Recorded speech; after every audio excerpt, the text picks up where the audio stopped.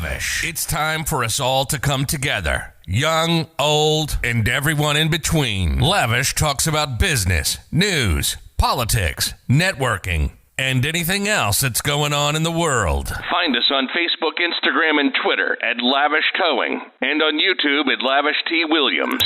This is Lavish T. Williams.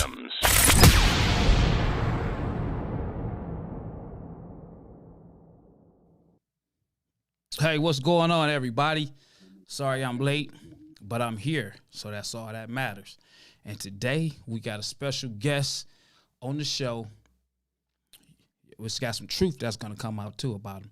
We got Rick Ross, and we're not talking about the rapper, so y'all make some noise for the real Rick Ross. Here we go, y'all. Rick Ross. What up, man? Everything good? Play. Huh? You don't play, do you? I don't play, do you? Hey, you know how I do it, man. Lavish gets down, man. What's going on with you, man? Oh man, I'm riding on Cloud 9 right now, man. Never felt better than this. That's what's up, man. That's what's up.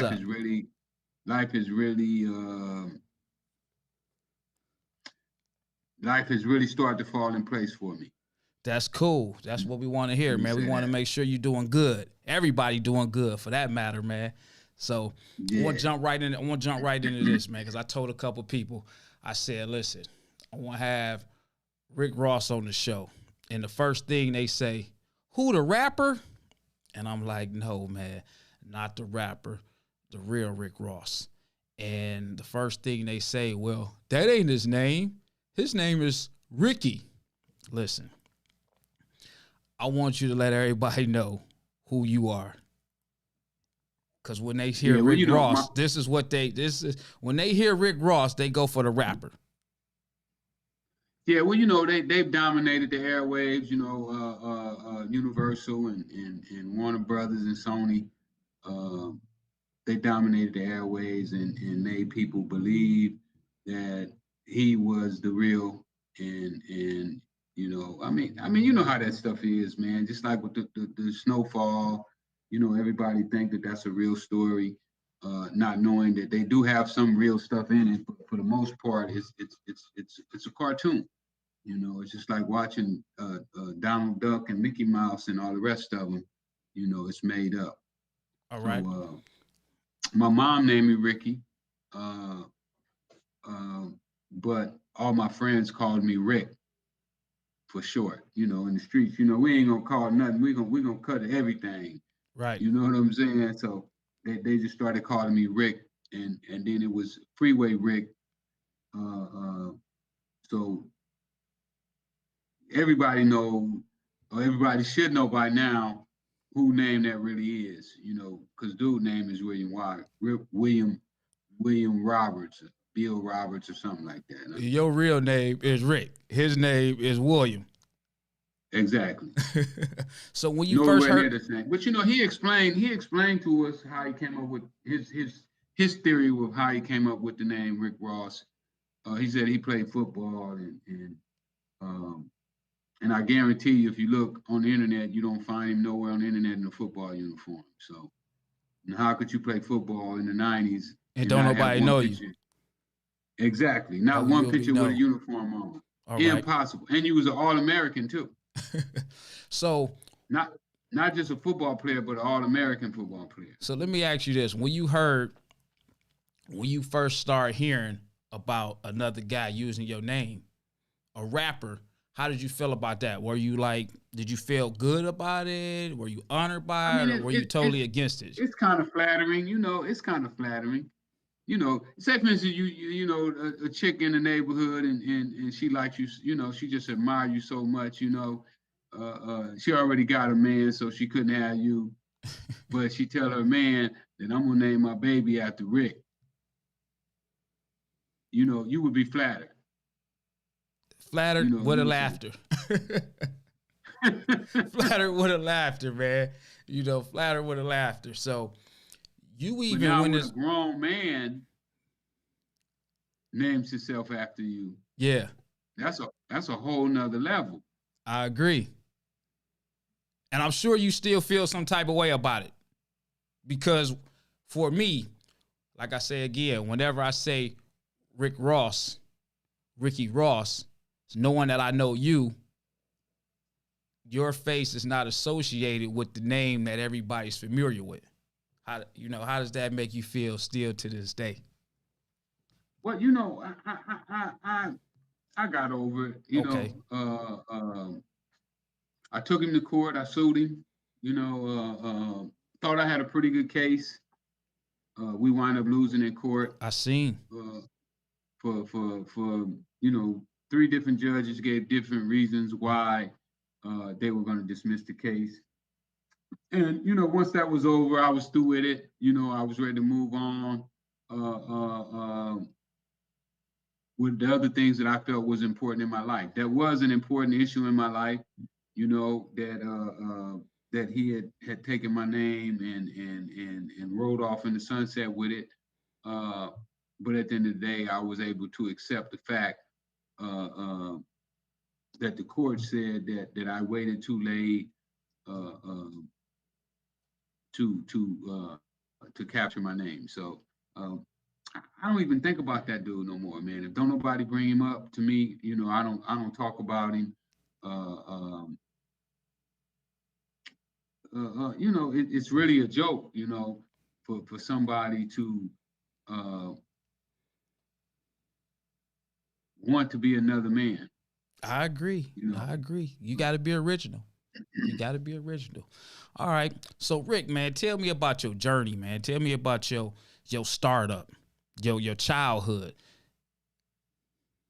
Well, my mom moved to L.A. California when I was about 4 years old.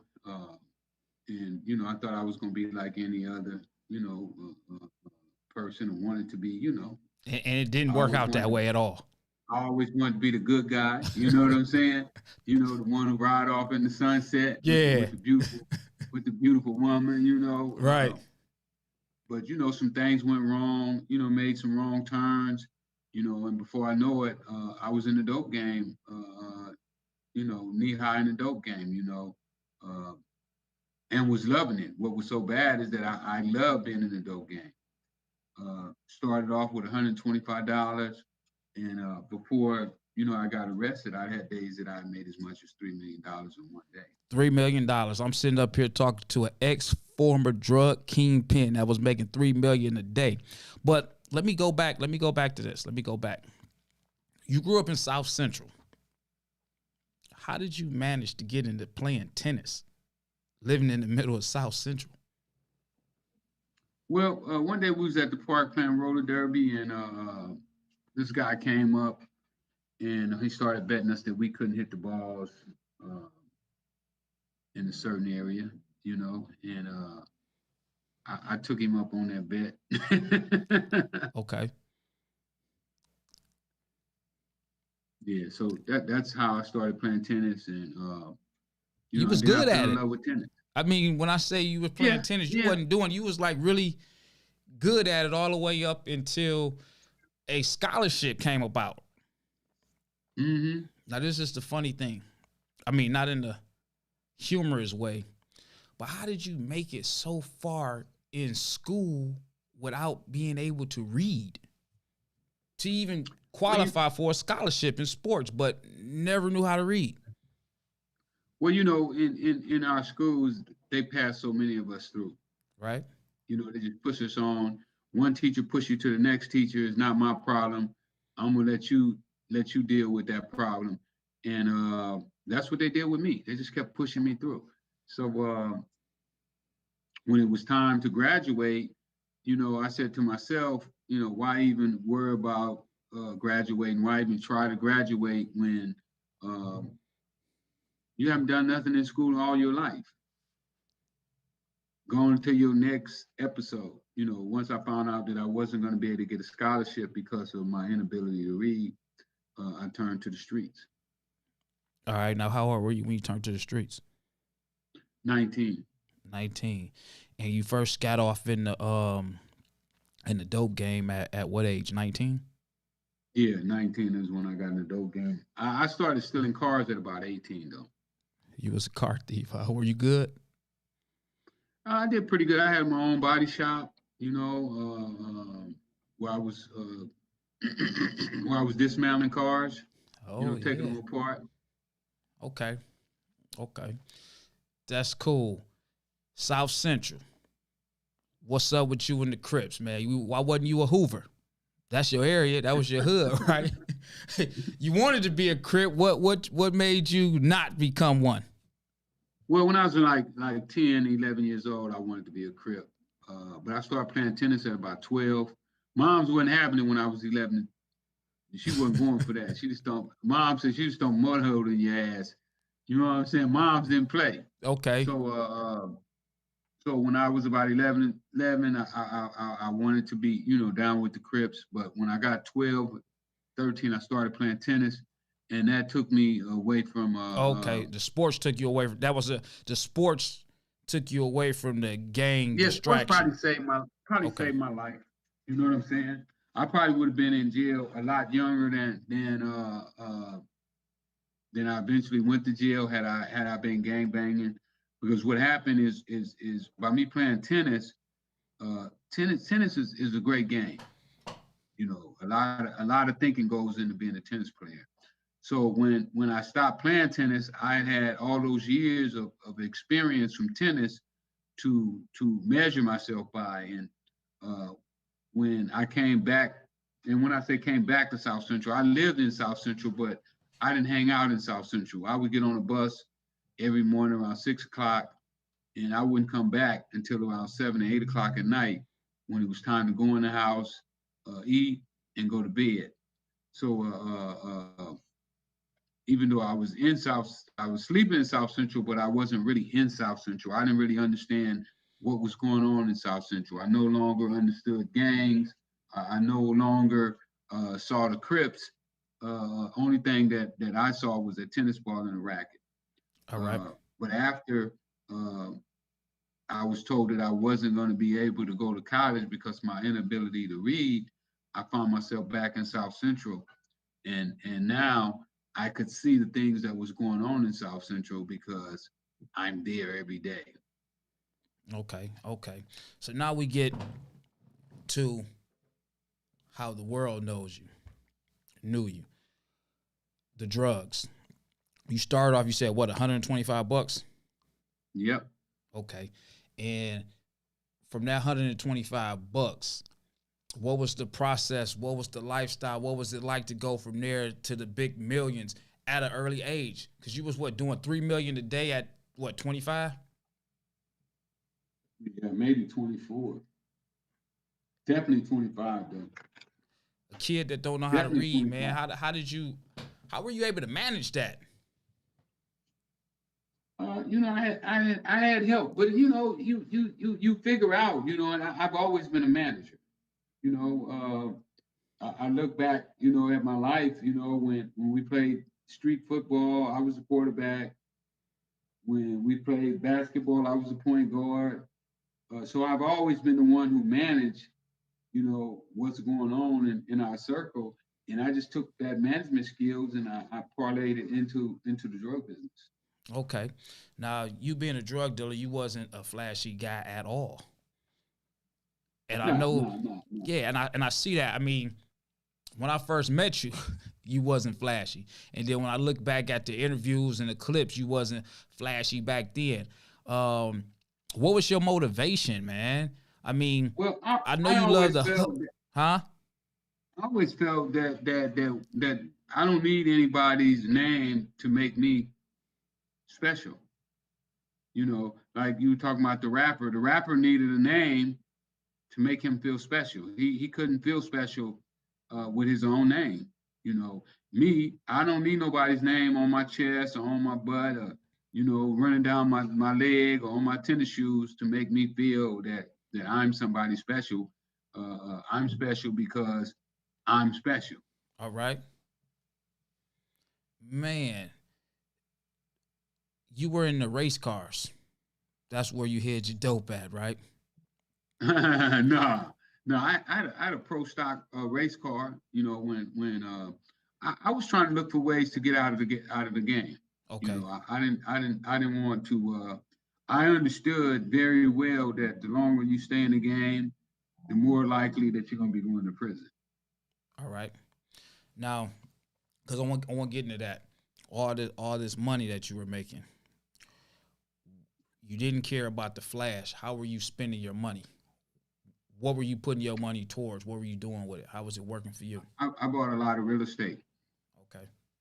And I had a fetish for businesses. So you owned a lot too. You just wasn't that doing drugs. You were actually buying up Oh no, assets, I real bought estate. houses. I would buy fixer-upper houses and fix them. I built my motel from the ground up. I was in the process of building 3 more motels when I got arrested. Okay. Um, I had apartments, I had houses, I had junkyard, beauty salon, car wash. All at the same time? Yeah, Oh man, you was shoe really store. doing it. And how old were you? I got arrested at 28, so this is Oh, so doing you was still under your 30. You was under 30. yeah, this is probably anywhere from 23 to 20, 26, 27. How were you able to My stay best under years the was radar? my best years was 80, 84 to 86 was probably my best years. How were you That- able to stay under the radar with so much? Because from what I read and from what you told me, you didn't keep you didn't keep a flashy image. So a lot of people didn't even know who you were. So how were you able to stay up under the radar? That's how you stay under the radar when nobody knows who you are. When everybody knows who you are, it's easy for the police to pick you out because anybody can show the police who you are. But if nobody recognizes you because you don't have on the uniform uh, that the cops would think that you would have, then you can escape. Okay. Tell me about this. And I read this, how true it is, and give me some background on it. The police, their job is to arrest and watch and surveillance people, right? You had someone watching and surveillancing the police. Yeah, well, you know what happened, Lavish? These cops went rogue. And what they were doing is they weren't watching us and investigating us. They were planting drugs on us and stealing our money and lying. So what I said, if they catch me, they're gonna plant drugs on me, they're gonna lie on me, and I'm gonna go to jail for something I didn't do. All right. So what I did is I hired a private investigator to build up a case against the crooked cops. How did that go? Shit, it worked. It stopped me from getting a life sentence here in LA. I should have got a life sentence here in LA. But Was that during the first arrest or the second arrest?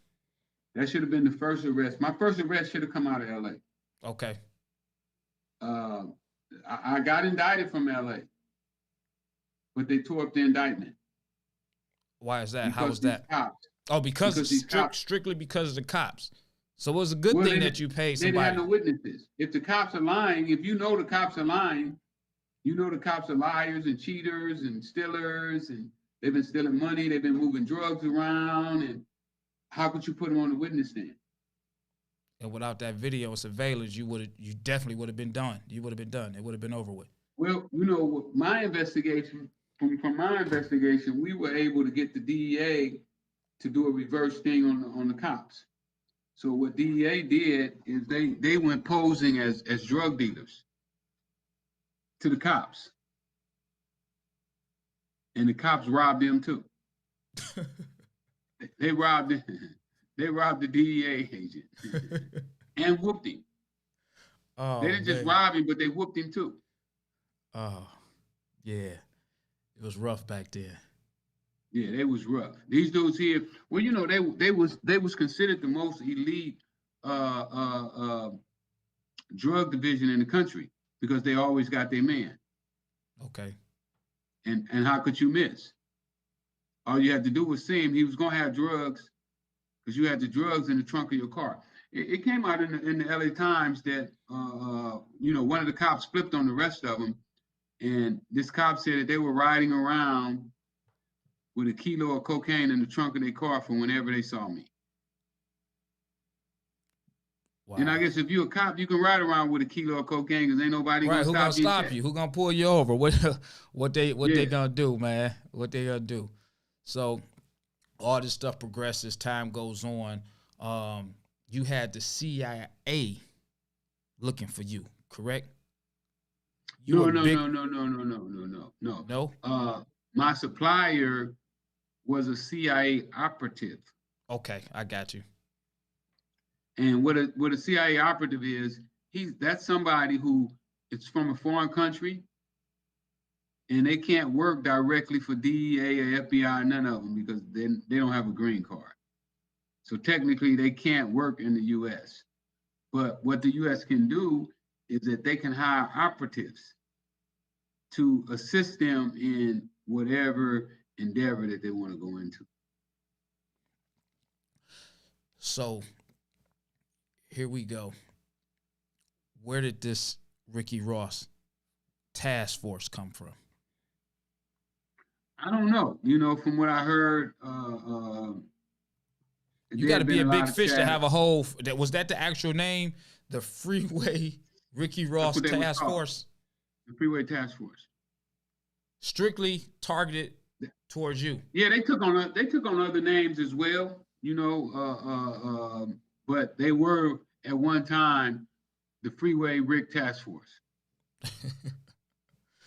35 cops, and their job was to bring me down. From what I understand is they had a meeting downtown in City Hall, and they said that they had been hearing about this guy in South Central that was supposed to be worth $10 million, a young black guy that was in South Central, and City Hall wanted to know who he was. So what they did is they put the most elite police officers that they had from 5 or 6 of the biggest stations around, and they formed a task force, and they called themselves the Freeway Rick Task Force because their job was to find out who this Freeway Rick guy was. And with you keeping such a low profile, how did you surface? Well, I didn't surface. It took them a few years, and one day they caught me driving down the street, and that's what it took. They didn't make an arrest that night, but I got away from them. They shot at me and shot up in some people's houses and all kinds of stuff. So what they did was they put a report out on the news that I had shot at the cops. So they put a bulletin out, shoot to kill. My mom, moms thought they was gonna kill me, so she talked me into going and turn myself into the judge, and that's what I did. Man, that's crazy. That's crazy. Now moving along, before you got your 20-year. And by the way, that's the incident with those cops, is what this correctional officer called me a snitch for, because I got those cops indicted, and I did testify against them in court that they had planted drugs on me and that they lied. When they took the witness stand, they lied, and when they said that I shot at them, they were lying because I didn't have a gun. So would you consider yourself a snitch? Now you got absolutely not. Because I would do that again. It's kind of hard to really, the police, they're gonna come and get on the stand and testify against you, but in this case, you beat them to the punch, and you got on the stand and testified against them. Well, they testified against me too, but okay. I got on the witness stand and said that they were lying, and that everything that they said was a lie, that I didn't have drugs that night, that I have sold drugs, but I wasn't selling drugs that night, and I didn't have any drugs on me the night that they planted the drugs on me. Okay. Now you got you a supplier, the out of country guy. You on your way out of the game, correct? You said, "Hey, Yeah. I'm about to, give it all up." You got your real No, estate, no. When he got me, I been gave it up. I've been out the game like 6 years. but so you was out 6 years. I know you was working on your California base type of theater / similar to the New York Yes, that's what I was Apollo. gonna do. I saw that I saw a way to get into the music business through this theater that I was working on. Was gonna be a slash theater community center. So you had that years prior to your last arrest. Correct. I Okay. had it before I went to jail the first time. I went to jail and did 5 years before he set me up. Okay. He set me up right after I got out of jail from my first bid. Man. So you got all this stuff going on. All this. You totally done, man. What made you go back? What made you get that lick? Try to hit that. What was that? It was $1 million. What, 10,000 a kilo? Yeah, it was a $1 million lick. You know when you sell dope though, you kind of like a dope fiend yourself. Cause you're fiending for the money. It's Exactly. a drive. Exactly. It's a chase. And to have them to dangle, 100 kilos in my face, in my opinion, should have been entrapment. Knowing that I was a drug dealer, and also knowing the fact that I wasn't selling drugs, that I hadn't sold drugs in over 7 years, 6 or 7 years, I thought was egregious, outrageous, a waste of taxpayers' money, because you're not supposed to target anybody who is not actively committing crime.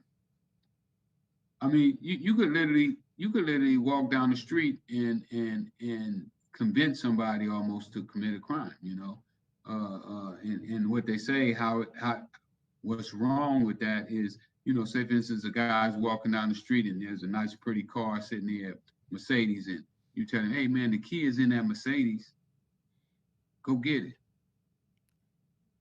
Now, it would be wrong for you to tell him the key is in the car, tell him to go get it, and then once he gets in it, you arrest him. And that's what happened with you. For stealing the car, absolutely. And your supplier, this was a guy that you done a lot of business with.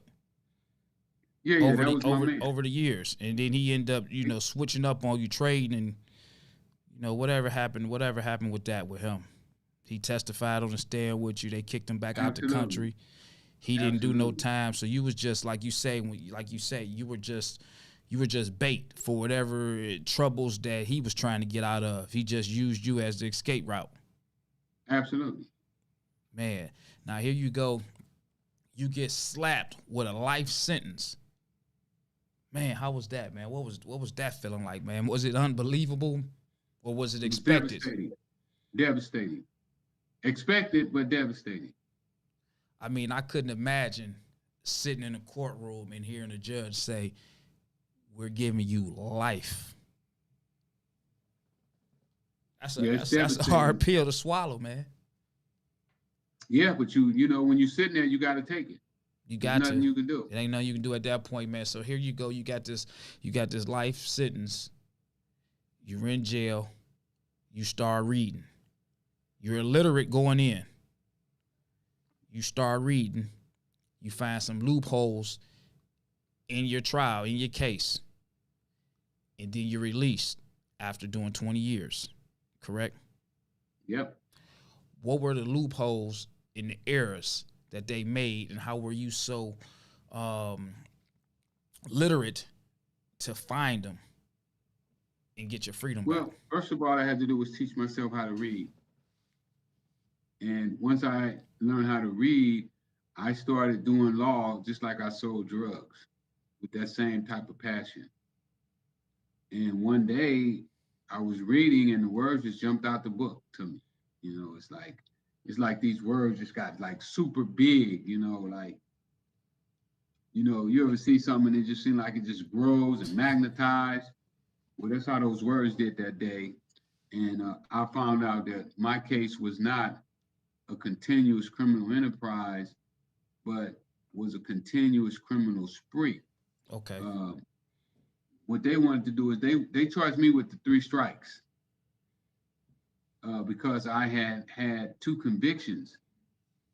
When they arrested me, they just took me from state to state of all the places that they say I've been selling drugs in or sending drugs to, and wanted to convict me. So once I lost my first case, well, I just started pleading guilty to the rest of them because it didn't matter no more. I was gonna be in jail. Okay. So when they arrested me the second time, they charged me with those other cases as if they were what they call prior convictions. But I showed them that they weren't priors because I had never gotten out of custody. I had been in custody the whole time. So it's a little complicated to explain, but that's the gist of it. Is that my 2 priors, I got them consolidated, and they were ran concurrent, uh, and they wind up becoming 1 prior. And at the end of the day, you got released. Absolutely, So that was the that's all most that important matters. thing. Now you here, man. So that's a good thing, man. So now, after 20 years being incarcerated, when you came home, what did you come home to? Problems. My family was doing bad. My mom's house was in foreclosure. Nobody was working. It was terrible. It was terrible out here. Almost make you where you like. Remind me of the first time I got out. I got out the first time because, I mean, when I got out the first time, everybody was doing bad, and I was like, hell with that. I'd rather be in prison than to be out here broke. Right. And that's why I wound up back in prison. But this time I knew, don't say that shit no more. All right. So now, I mean, now, this is the way I look at it from the outside. You got a guy that all of the West Coast, they know, man, this guy that made millions of dollars. He goes away and he comes home. You actually came home broke. Right. How? I mean, and when I say how, I'm sure you took care of many of people. I mean, who was holding you down? Like, you came home to nothing. Whereas you see so many different individuals when they go away and they come home. Prison is a lonely place. Prison is a lonely place. Most guys in there don't get no letters, don't get no visits, and don't make phone calls. I was a fortunate one because my mom wrote my whole bit out with me. She never left. Other than that, they would come and go. They would come for a week or two and be gone, never to be heard of again. So I would just say the prison is a lonely place. Man, that's crazy. So now you out and you got to make it happen. You got to hustle. You got to find your way. I mean, 20 years, a lot of stuff didn't change. How was your adjustment to being free? What was that? 2006, 2008, 2009. 2009. Okay, sorry about that.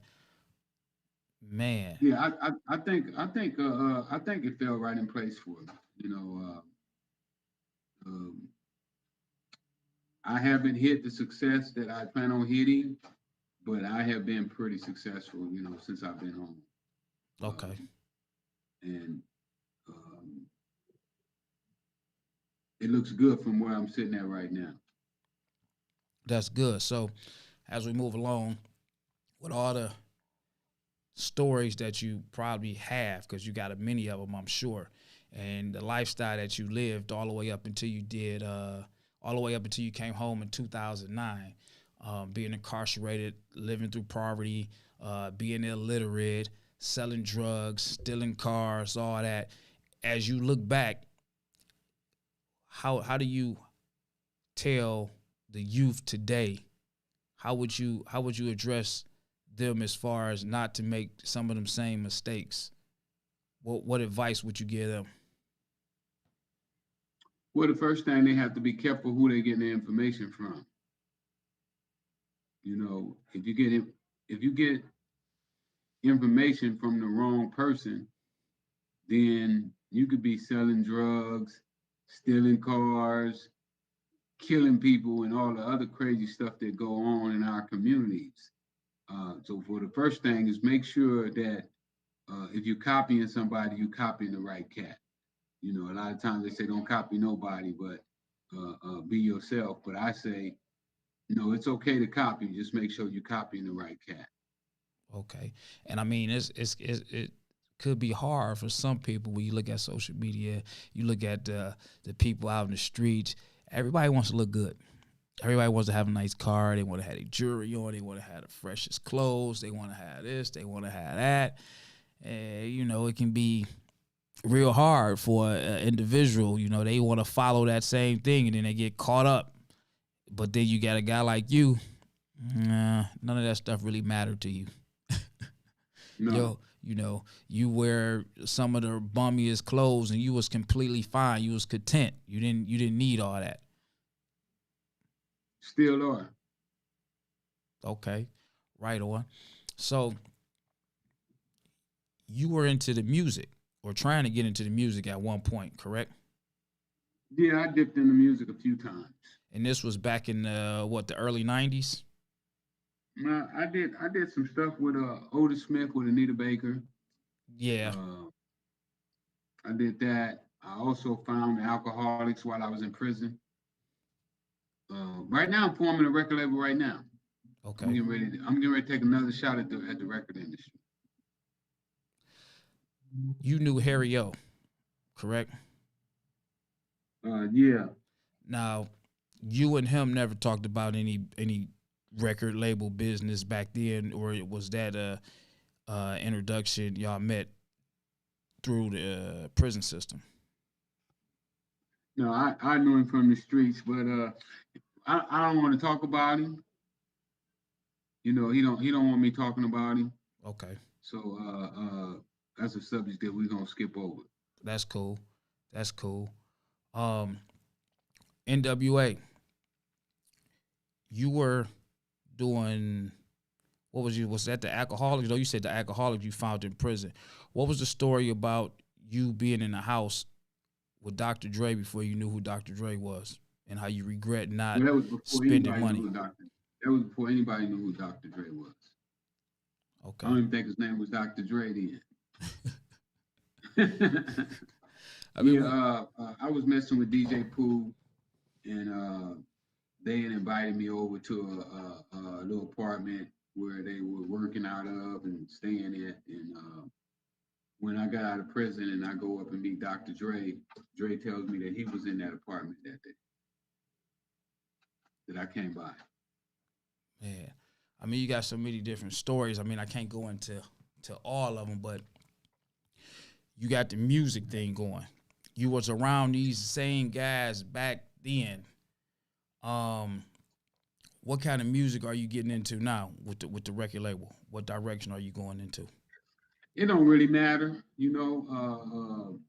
I just got the money now to fully finance a label independently. You know, I don't need Universal or Warner Brothers or nobody else to finance the label. You know, the weed has paid me well enough to where now I can finance my own label the way that I want to do it.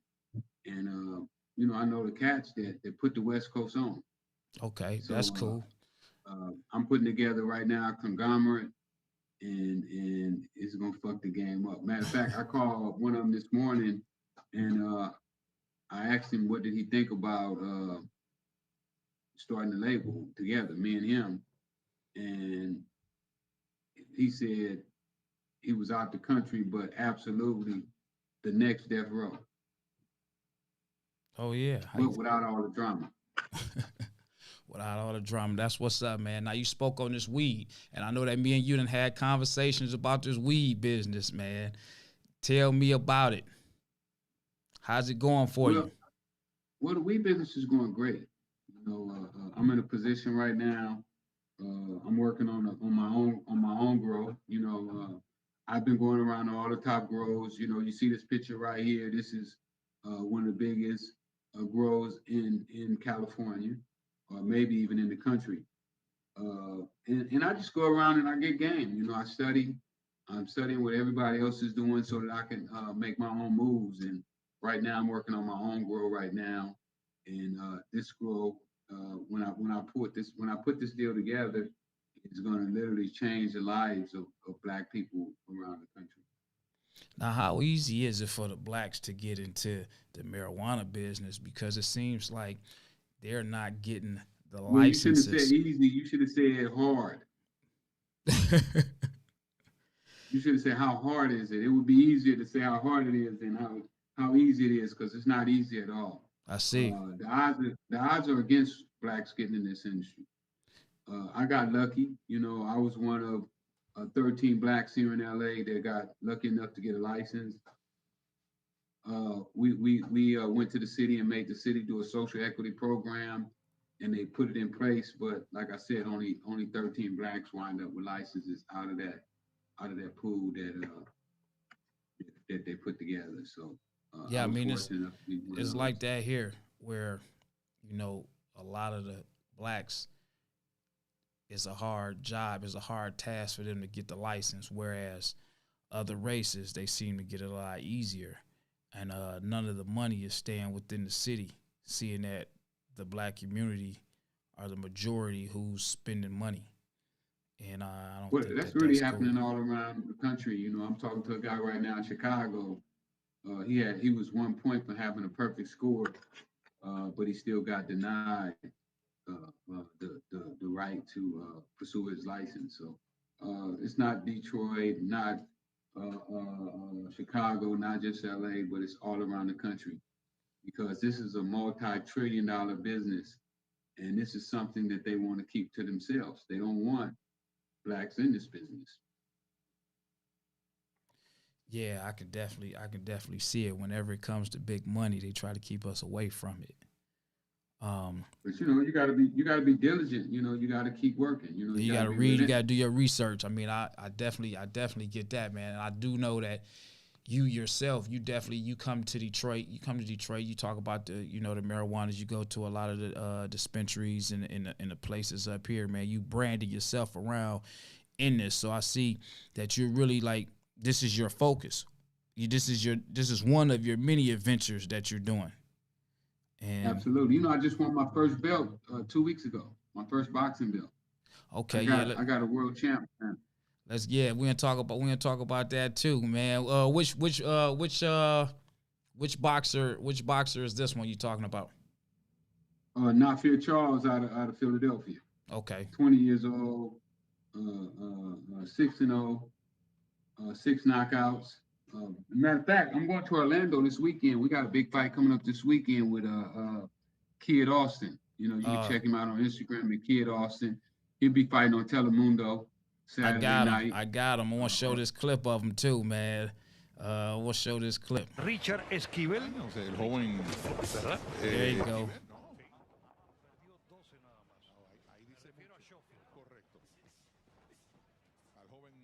That's for the ones that's watching that don't know who he is. Ese jab es sólido, muy efectivo. Estremeciendo la cabeza de Esquivel. Y una velocidad relampagueante, ¿no la vio? That's a first round knockout too. And he only 18 years old, man. How long you been working with him? I've been working with Austin about 2 months now. Okay. Yeah, I snagged one. Everybody was trying to get that kid. Now you telling, because I done heard you told me as well when we talked last week. You say that you think this is gonna be the next Floyd. Bigger than Floyd. Bigger than Floyd. He gonna make more money than Floyd made. Confident. That's what's up. Yeah, they said Floyd made what, 600 million. You think he'll make a lot We're gonna more than shoot for that, $1 man? billion. Hey, that's what's up, man. You might as well shoot to the top. Shoot to the top. Now, Yeah, here's the you don't funny shoot thing for about it. him. Here's the funny thing about Kid Austin. His first name is Floyd.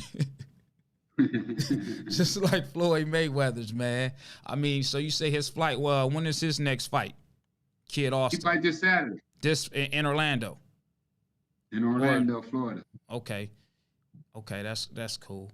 Yeah, now are you still working with with Juan out of Ohio? Well, you know, Juan don't fight no more. What? What are you Juan is doing? my personal assistant now. That's my right hand. How you give up boxing? That was his thing. Well, you know, sometimes you got to move on and go to something that's bigger and better. That's it. And That's I it. thought that he was a better manager and advisor of boxing than actual boxing. Okay, I got a picture of him. I got a couple pictures. Me, you, and Juan, and we got a picture of you in Detroit for the first time. Yeah, Since you got released from incarceration, right there. for sure. Yeah. So you come to Detroit to come to sell these books. Pushing that book. Pushing that book. Now, from 2009, when you came home to this book being published, how long did it take for you to write this book? Well, I wrote the book when I was in prison. Okay, so this wasn't, I sent you, okay, you wrote this while, I mean, you had 20 years to think about what you was going to write, so you definitely Absolutely. had the time. It took about 6 months. It took about 6 months to write it. In jail, then when I got out, working with Kathy Scott, me and Kathy worked together for about maybe 2 months, 2.5 months. Yeah. To get it edited and get it to where it was a book and not just some notes, some random mumble jumble that I was just rambling off. It took about another 2.5 months. What was your motivation behind the book, man, to write it? What was it? I mean, was it just Well, this book is really a blueprint to me. okay? That's my blueprint. I mean, a person could literally take that book, in my personal opinion, and what I was trying to do is they could take that book and follow it and become me. All right, they could see how it's like, what it was like, how you was thinking. Absolutely. When I wrote the book, I wanted that book to be where almost like you're sitting in the car with me. I take you by the hand, I put you in the car, and I ride you around LA. And you get to see everything that I'm doing. Okay. Yeah, that's cool. Now, how many books you got? Cause you got 2 books, don't you? Yeah, I got 2 out right published. now. I'm working on another one right now. I can't tell nobody the name of it yet. I'm gonna wait until it's finished, and then I'll start pumping the name and letting everybody know about it. All right, that's right cool. now, I'm keeping it cuffed because I don't want nobody to steal my title. Yeah, we want to keep that under wraps, man. You don't want nobody to do that. So much from me. I got the #1 TV show on TV right now. Stole my stuff. So now, because you just mentioned TV, now let's go into this. You got some movies that you're working on too, right? Let's talk about that. Well, we in what we call pre-production. The script is finished. They're doing the final edits, and we'll be looking for actors and actresses in the near future. And where they Probably shooting at? Shooting in Cali? Yeah, we're gonna probably shoot it here in Cali. You can't do a Rick Ross story without shooting in Cali. I mean, we might shoot some other places too, but we gotta shoot Cali. What about Detroit? We might shoot a little Detroit.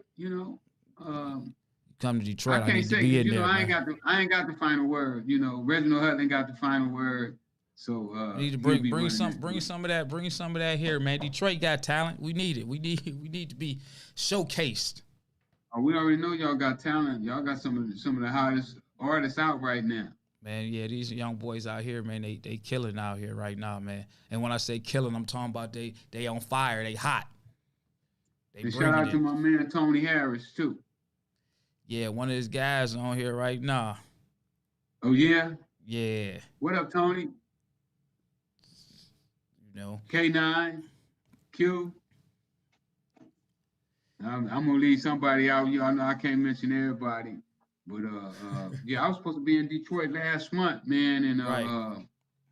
and fell ill. You know, where I couldn't make the trip.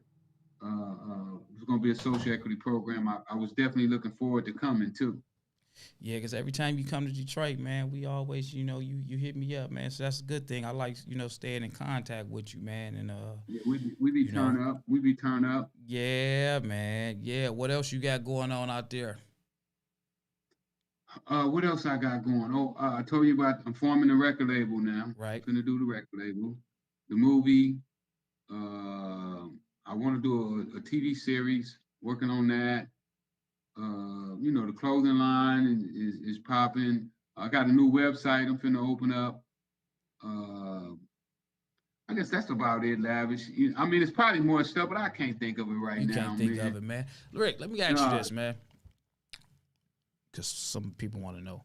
Where did your name come from, man? How did it originate? I know, but they don't know. My name? Yeah, Freeway. Ricky Ross. Oh, The Freeway. Freeway, yeah. Freeway came from a dude by the name of Jay Clayton. When I first started street racing, my car was raggedy, and my whole crew, all our cars was raggedy. Is that the lowrider guy? Yeah. Okay. We lived on the side of the freeway, and he started calling us the junky ass freeway boys, and it just stuck. But when you start having that money, it took the junk off of it and just left it the freeway. Hey, Lab, I gotta get out of here, man. I know got it, some man. stuff I gotta do. Me too. I've glad. been busy all day, Lab. I ain't had a break all day, man. I know. I was told you was out, man. You had my Detroit people, man. They like, Lavish, man. I thought you was getting on here at 9 o'clock, man. What's up with that, man? It's 10. It's 11 o'clock at night, man. We got jobs. We got work in the morning. I say, man. I apologize, y'all. They set it up doing tennis practice. When my kids take their tennis practice, and I don't spend much time with them as it is. Right. And that's usually our time to be together. And I try not to interrupt that. No, you gotta give them that. You gotta give them that time. How many kids you got? 8 or 9. You got 8 or 9 kids. You were busy. Yeah, you was a busy man. All right, Rick. I ain't gonna hold you up too long, man. You be smooth, man. I'm glad that you chimed in, man. I couldn't miss your show, man. Me and you like that. Right. So, sorry I was late though. But when I come to town, we just do this thing live, man. Oh yeah, man! You want to have to come down to check out the place I'm putting together too, man. It's going to be really nice, man. I already know how you do it. You ain't gotta tell me how you do it. That's why they call you Lavish. You ain't never lied, man. It's a lifestyle, baby. Yeah. So we'll connect when I come down there, man. I'm gonna grab me something to eat. I ain't ate all day. Okay. I went past breakfast, went past lunch, and now it's about to go past dinner. I'm gonna grab me something to eat and wind this day on down, man. Man, you still got a long ways to go. It ain't even 9 o'clock out there yet, man. Yeah, you right. It ain't over yet either for me. I still got a few more moves I gotta make, boy. You stay on the grind, man. That's one thing about you, man. That's one thing I can say about you, man. And you actually put in a lot of your work yourself. So I want to put that out there too, man. A lot of you can have a lot of people doing this or that, but a lot of the stuff you are in control of and you do yourself. Just like when I first met you, I was expecting you to have a chauffeur or somebody pulling up, and you pulled up in this Honda minivan with Ohio plates, man. It was you and Hazy. Yeah. Yeah. Yeah, I remember that, man. It's been a while, but I don't forget. You know what I'm saying? No doubt. Yeah, no man. Doubt.